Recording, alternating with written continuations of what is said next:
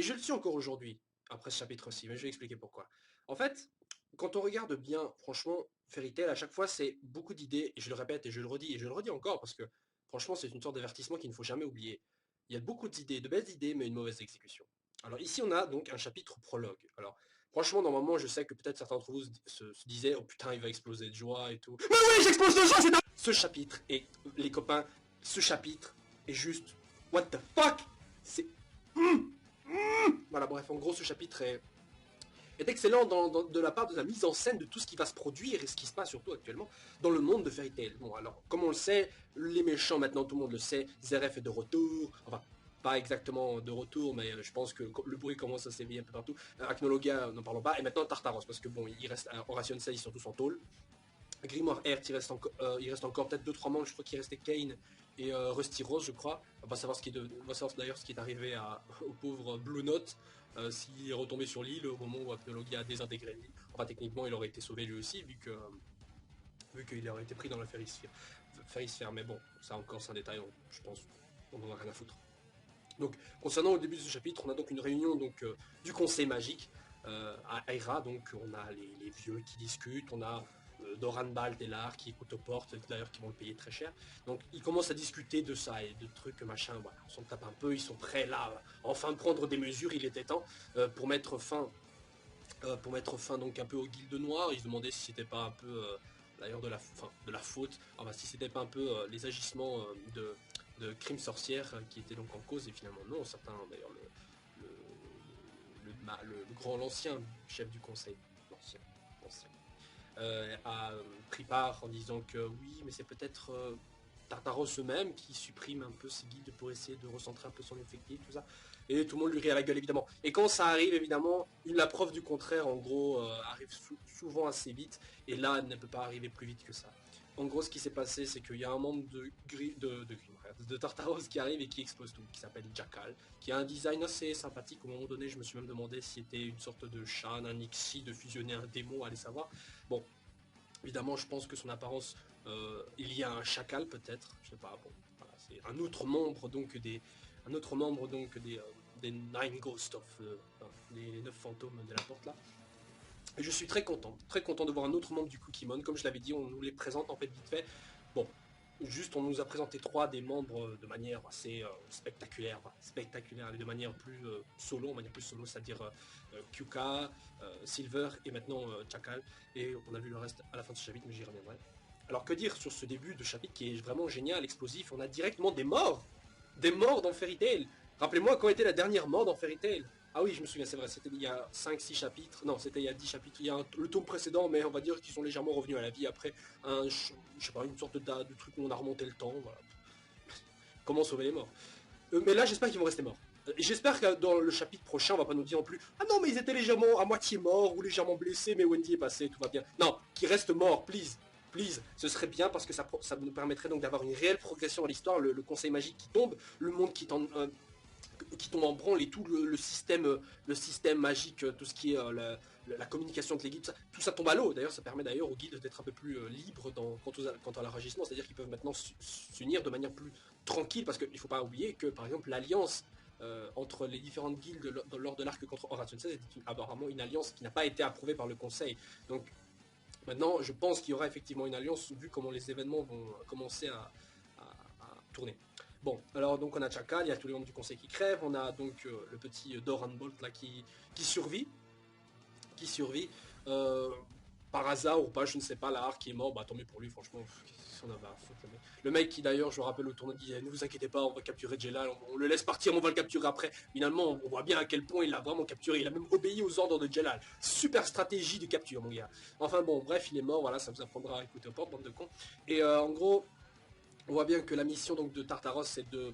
Bon, il y a plusieurs petites opérations, supprimer un peu les sous-merdes qui risquent de les gêner, regrouper les plus forts, niquer le conseil magique, et visiblement, selon les paroles de Kyoka en fin de chapitre, il y aurait un autre membre, Tempesta, je crois, je sais plus, qui apparemment serait autre part, sur une autre opération, donc il reste certainement autre chose à faire. Alors après la destruction du conseil, qu'est-ce qui pourrait encore mettre en branle peut-être le royaume et la mettre en panique totale? Peut-être tuer justement la famille royale, ce qui serait une bonne occasion alors de revoir vite fait Ishui, peut-être le roi, voir Arcadios, allez savoir. Donc de les tuer. Est-ce qu'ils vont réussir ou pas? J'espère que oui, comme ça, nous, voilà, j'espère que oui, parce que bon, au point où on en est, autant tuer plus de gens, quoi. Je veux dire, là, il y a eu plus, dans ce chapitre, il y a eu plus de morts que dans les 350, dans tous les autres 350 chapitres qu'il y a eu par le passé. Bref. Donc après, on a un petit switch rapide au niveau de la guilde qui est bien, bien contente, bien gentille, tout va bien, tranquillou. Puis après, évidemment, la nouvelle tombe. D'ailleurs, on mentionne vite fait Genma, enfin je l'appellerai Genma, parce que, non, allez, Genma. Genma, donc le père de Minerva, dont on ne sait pas du tout ce qui lui est arrivé. Bon, visiblement, enfin, je m'attendais à ce qu'il ait rejoint la même guilde que sa fille, un truc comme ça. Mais visiblement, il a disparu, donc allez savoir ce qu'il est devenu. Mais je pense qu'on va le revoir vite fait. C'est vrai qu'il avait, je trouvais que le design de Genma, franchement, il me plaisait bien. Il rappelait son nez, enfin tout ça, c'était un truc pour essayer de faire une sorte de parallèle avec les Tengu, je sais pas, vous savez, les démons l'on est. Franchement, j'aimais bien son design. Bon, d'ailleurs, il avait l'air vraiment hyper puissant vu comme ça. Bon, après, évidemment, c'est désillusion totale quand il s'est fait péter par Sting. Mais bon, il faut pas non plus dire que Sting c'est une merde. Enfin, bon, évidemment, à chaque fois on le compare avec les plus grands, mais voilà, c'est comme comparer Krillin qui arrive à battre un connard dans un tour des dimensions en disant que Krillin est hyper fort, mais quand on le compare à Sangoku, voilà, il n'y a plus rien à faire. Bon, dans tous les cas, pour revenir sur le sujet, donc le conseil tombe. Peut-être dans le prochain chapitre on verra, enfin je sais pas, sur les suivants, une attaque peut-être au niveau de la famille royale ou les autres guildes censées, je sais pas, peut-être aider le conseil magique ou peut-être une attaque au niveau des autres mages saints, peut-être on va aussi par la même occasion leur revoir les autres dieux d'Ishval, je ne sais pas, ou d'Ishgal, je sais plus niveau traduction comment ça se présente. Voilà. Bon, on avait vu au début du chapitre d'ailleurs vite fait Silver qui arrive. D'ailleurs, ce Silver, franchement, je le trouve bien sympathique. Et d'ailleurs, sur le plan du chapitre, franchement, il avait une gueule. Autant la première fois qu'on l'a vu, c'est vrai qu'il y avait une légère ressemblance, mais là, franchement, c'est éclatant à quel point il ressemble quand même à Gildart. Je sais pas si l'auteur va changer quelque chose. Parce que, franchement, vous enlevez les cheveux, vous mettez ceux de Gildart, c'est la même chose. C'est exactement la même chose. Alors, je sais pas si c'est quelque chose qui est fait exprès. Est-ce que je sais pas, est-ce qu'il aurait. Il aurait rencontré Gildart, il lui arrive un truc, enfin je vais y revenir après. Mais voilà, il y a vraiment une ressemblance avec Gildart. Après, donc, on a en retour rapide sur Doranbal qui veut donc interroger donc le petit Cobra qui est dans sa cellule, le pauvre. Et visiblement, d'ailleurs, je sais pas pourquoi lui interroge Cobra, alors que je sais pas, il aurait peut-être pu interroger les autres membres d'Oration 16 qui sont censés être aussi en prison, enfin je sais pas. Mais non, il interroge donc Cobra. Cobra qui donc de Rabalt qui veut des infos sur Tartaros, évidemment tous ses potes du conseil sont morts, tout ça, donc il est un peu sur les nerfs. Et là j'ai envie de dire que cette scène était bien stylée parce que là le mec il sort un couteau et direct il se téléporte, parce qu'il faut pas oublier que sa magie c'est la téléportation. Il se téléporte donc direct derrière Cobra pour le menacer, vas-y, il menace de mort s'il lui donne pas des infos. Bon, Cobra a pas vraiment le choix, donc il donne des infos qui sont certainement explosives vu qu'on nous apprend des infos, enfin on nous donne des infos qui franchement sont déroutantes pour plusieurs raisons et je vais y revenir après. Bon, après donc cette petite discussion, on a donc aussi d'ailleurs, c'est vrai, au niveau de la discussion de Fairy Tail, il ne faut pas oublier qu'ils ont fait un petit rappel concernant donc le The End, enfin je dis The End, mais je veux dire le END, quoi, voilà, c'est plus facile, le END, et apparemment ce serait donc la plus, ouais, ça on le sait déjà, c'est la plus puissante magie de Zeref, mais en gros, ça n'a rien à voir avec Deliora, donc je pense que même niveau taille ou quoi, ça va être explosif, c'est un truc du genre planétaire, allez, ça va. Enfin, je doute que ce mec, parce que bon voilà, que ce sort soit caché, parce qu'on nous l'a appris, le ND est quelque chose de vivant. Parce que selon Cobra, le ND serait le maître de Tartaros. Alors, qu'est-ce que j'avais dit il y a environ 2-3 chapitres? Qu'est-ce que j'avais dit? J'avais dit qu'il était possible, suite à l'apparition de la notion de Demon Slayer, et enfin l'apparition de Silver et l'apparition du terme de la notion de Demon Slayer, qu'il était possible qu'on nous ajoute un troisième méchant. Qu'on nous ajoute un troisième méchant de l'histoire, en plus d'Acnologia de Zeref. Et quelle ne fut pas ma surprise de voir que ce troisième méchant pourrait être ce End. Ce truc que Igni cherchait à détruire. Donc c'est pas un méchant lambda comme ça qui est juste le méchant de l'arc qui a un léger rapport avec Zeref. Là c'est un truc géant. Igni a essayé de détruire The End et il a foiré. Et ce The End serait le maître Tartaros. Les Kyukimon sont tous des démons tirés du livre de Zeref. Charles suppose qu'il y a un démon par livre. Donc ces démons en fait utilisent une puissance magique nécessaire justement à l'invocation d'un démon donc par livre. Supposons donc qu'il y a un livre pour Zien. Et je suppose que Zien n'est pas caché, puisqu'il étant donné qu'il est vivant, c'est pas un truc qu'on invoque, on dit bye bye. Non, ce mec a créé la guilde de Tartaros. Tous les membres du Kukimon sortent d'un livre de Zeref, un livre maléfique de Zeref. Ce Zien pourrait être le troisième méchant. Comme je l'avais dit, les Dragon Slayers, ça explose Acnologia. Les God Slayers censés buter Zeref. Les Demon Slayers censés buter The End, qui est lui-même un démon. Et alors on pourrait se dire, mais putain, attends, Silver, c'est un démon qui tue des démons? C'est un cannibale ou un truc comme ça? Alors, personnellement, ce que moi j'ai pensé directement, enfin, ce que ça m'a fait rappeler, c'est une phrase qu'avait lancée Fried lorsqu'il avait combattu Niragen, c'était « Seul un démon peut vaincre un démon ». Alors, c'est possible, effectivement, que seul un démon puisse vaincre un démon, enfin, je doute que ce soit véritablement possible, puisqu'on a vu, je pense, par le passé des démons, enfin, je ne me souviens plus dans l'histoire, mais je suis sûr qu'on a vu une sorte de créature comme ça, euh, tuée par... tué par d'autres démons. Enfin, en même temps, ce serait logique parce que seuls les Dragon Slayer peuvent tuer les dragons, donc seuls les démons peuvent tuer des démons. Ceux de la magie de démons peuvent tuer des démons. Enfin, ça me semble un peu logique. Et d'ailleurs, comme on le sait, des dragons ont appris aux Dragon Slayer leur magie. Les God Slayer leur magie de God Slayer ont été enseignée par un dieu. Enfin bon, c'était le cas pour Zankro, qui considérait Hades comme un dieu. Bon, Sheria en même temps. Ça venait d'un livre, est-ce que ça venait aussi d'un livre de Zeref, fallait savoir, je ne sais pas. Dans tous les cas, elle a appris une magie donc de God Slayer, et pour moi c'était censé tuer Zeref, j'avais mis l'hypothèse. Allez savoir pour Organe, c'est pas encore. Concernant donc Silver qui est un Demon Slayer, sa magie aurait peut-être, enfin vu que c'est un Demon Slayer, enfin vu que c'est un démon lui-même, il est peut-être né avec cette magie-là, une magie de démon. Donc c'est pour ça qu'il se dit Demon Slayer, parce que seule la magie de démon peut buter un démon. Et lui étant lui-même un démon, il a forcément de la magie de Demon Slayer. Donc, d'une certaine logique, c'est un Demon Slayer. Et en même temps, celui qui lui a appris la magie est peut-être End. Allez savoir, peut-être que The End a utilisé les différents livres de Zeref pour en invoquer plusieurs démons. Donc, techniquement, c'est lui qui aurait, d'une manière ou d'une autre, appris la magie donc à Silver. Donc, ça expliquerait pourquoi il se dit Demon Slayer. Donc, c'est pas un truc par hasard qu'il a balancé comme ça. Alors, il est possible que ce soit le seul Demon Slayer qu'on voit dans l'histoire. Peut-être pas, je ne sais pas. Mais comme je dis, il y a effectivement un troisième méchant dans cette putain d'histoire. Et justement, on va s'en débarrasser dans cet arc-ci, j'espère, qui est donc The End. Mais franchement, s'il n'y avait pas eu Acnologia, tout ça, franchement, cet arc-ci a vraiment l'air d'un arc de fin. Mais évidemment, il y a trop de choses à encore élucider, que ce soit par exemple l'humaine histoire. Et d'ailleurs, où est justement ce Zien? Parce que, comme je l'avais dit, c'est pas n'importe un truc qu'on invoque comme ça. À mon avis, il est enfermé donc dans un livre et les membres de sa guilde veulent le libérer. Pour quel dessin, je ne sais pas, peut-être sous un ordre direct de Zeref, parce que bon, Tartaros a commencé à agir après le petit speech que Zeref a eu avec Mavis.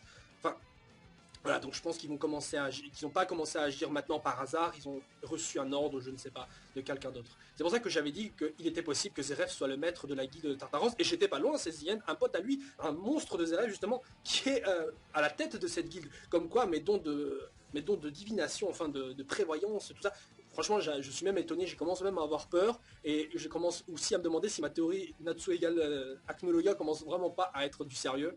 Enfin bon, voilà, c'est encore un truc pour moi. Est-ce que le END, comme j'avais dit, est véritablement éradiqué de Natsu Dragnil? Est-ce que c'est pour ça que Inil voulait buter le END? Est-ce que, est-ce que le combat contre END a-t-il pris place vraiment, à quel moment dans l'histoire exactement? Après un combat contre Acnologia, on sait que c'était il y a longtemps, mais voilà, après le combat contre Acnologia ou avant, enfin, voilà, il faudrait vraiment qu'il y ait une sorte de chronologie qui commence à se mettre en place. On sait qu'il y a eu des événements il y a 400 ans, mais on ne sait pas exactement qu'est-ce qui s'est passé avant ou quoi, voilà, c'est encore un peu trop brouillon, mais j'aime ça parce que ça nous donne envie de lire la suite, justement. On est vraiment pris dans l'histoire et j'aime ça, c'est pour ça que je lis cette histoire. C'est pour ça que, d'ailleurs, je ne sais pas pourquoi, mais je prends beaucoup plus de plaisir à lire franchement Fairy Tail que One Piece, qui est objectivement parlant un meilleur manga, aussi que Fairy Tail et One Piece qui a un monde extraordinaire, bien diversifié, bon, quasiment aucune incohérence, je crois. Et contrairement à Fairy Tail où il y a déjà des contradictions, voilà, enfin, des contradictions réelles et qui existent. Mais voilà, je sais pas pourquoi, mais franchement, je prends plus de plaisir à lire Fairy Tail, qui est une histoire qui je sais pas, me met vraiment dedans et qui, faut le dire, est bien badass. Et One Piece a son type de badass, par exemple, comme les autres mangas ont son type de badass, mais Fairy Tail, il a son badass. Voilà, c'est rien que l'apparition donc des membres du Kukimon ensemble, comme ça, voilà, ça le fait trop, quoi. Juste avec la petite phrase là, oui, on va leur montrer ce que peut faire le Underworld. Évidemment, certains diront, mais attends, est-ce qu'ils vivent tous sous terre, le Underworld, là, le monde souterrain? Est-ce qu'il y a un monde sous terre ou quoi, comme les hommes taupes ou je sais pas. Non, selon moi, le Underworld, évidemment, c'est une expression pour dire le monde souterrain, genre le monde des ténèbres, enfin la face cachée du monde, là où sont tous les rebuts de la société, les mages noirs, par exemple, dont Tartaros. Et c'est pour ça, parce que quand on voit leur château, d'ailleurs, qui est bien géant et tout, qui est, comme Silver le dit, une pièce... une œuvre d'art, enfin de l'architecture, enfin voilà, leur truc est pas sous terre, il est vraiment comme ça, de la même manière que par exemple la guilde de Succubus Eyes n'était pas sous terre, elle était vraiment à l'extérieur, quoi. Donc voilà, ils se cachaient pas vraiment, enfin si, ils se cachaient en tant que guilde nord, je veux dire, ils n'allaient pas se fourrer 20 km sous terre. Bref, d'ailleurs il faut savoir aussi que les membres du Kukimon ont une apparence humaine. Bon, je me fie évidemment sur les paroles du Kyuka qui disait que oh Silver, tu te présentes sous ta forme humaine, donc ça veut dire qu'ils ont une deuxième forme, peut-être d'autres formes, fusion, une forme humaine, démon, humain-démon peut-être, qui correspond peut-être à leur power-up, comme une sorte de Super Saiyan, Super Saiyan 2. Bon, j'espère pas trop parce que ce serait un peu, justement, un peu trop exagéré. Je pense qu'il y a juste une forme humaine et démon qui changent peut-être pas grand-chose quant à leur pouvoir, mais Enfin, il est possible, oui, que quand ils sont en forme humaine, ils sont peut-être pas très forts, et quand ils sont en forme démon, ils peuvent utiliser tout leur pouvoir. Voilà. Est-ce que Kyuka est actuellement dans sa forme humaine? Évidemment non, elle est déjà dans sa forme de démon, ce qui suppose qu'elle a une autre forme un peu plus belle, je sais pas, de femme. Voilà. D'ailleurs, à noter que les Kyukimon ont peut-être des formes liées à quelque part à Satan, parce que évidemment, Jackal, il a, comme je l'avais dit, il a une forme qui, enfin, Jackal, ça ressemble à Chacal. Chacal dans un film, je crois que c'était La Malédiction, je crois, enfin, là où il y avait Damien, vous savez, un film comme ça, où justement Damien était le fils, donc l'œuvre, enfin, l'union de Satan et un Chacal, voilà. Enfin, il y a un truc comme ça, et sachant que Mashima, d'ailleurs, est un vrai fan du cinéma, il faut le savoir aussi.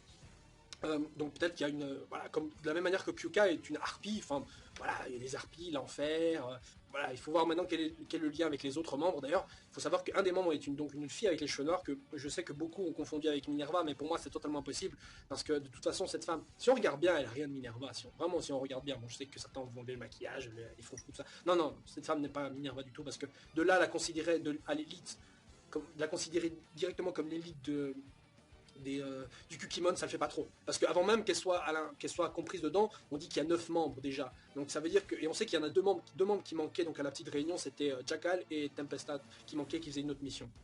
Et donc je suppose que Minerva soit est vraiment morte, ce qui serait dommage, oui, mais ce serait pas logique. Donc elle doit forcément faire partie des soldats qui étaient juste derrière Kyoka quand elle est arrivée. Donc comme je le disais, ils ont une forme humaine et une forme de démon. Alors, est-ce que la forme humaine change ou c'est la même? Je ne sais pas. Quelqu'un d'ailleurs avait émis l'hypothèse comme quoi, justement, la forme humaine est une forme qui peut voler à des gens. Donc, est-ce que ça signifierait que peut-être que Silver a rencontré Gildarts sur son chemin, lui a pris sa forme humaine, peut-être l'a tué? Enfin, j'espère pas. Mais l'a rencontré, se sont affrontés, mais n'ont pas réglé leur compte. Peut-être, je sais pas, il lui a volé son apparence humaine, ce qui expliquerait son visage quasiment similaire, ou alors peut-être que par la suite.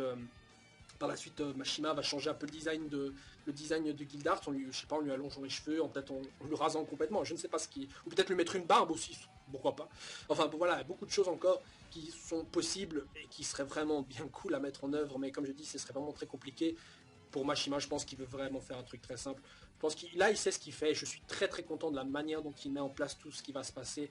Mais si c'est pour ensuite nous foutre des personnages hyper cool et nous le faire balayer en 2-3 coups par Gagil qui nous sortent le Dragon Force de son trou de cul, voilà, j'ai envie de dire, non, je préfère avoir un chapitre de merde que vraiment être super, super content et voir qu'ensuite on voit les méchants qui se font tuer en 2-3 coups. Non, non, non, non, non, non.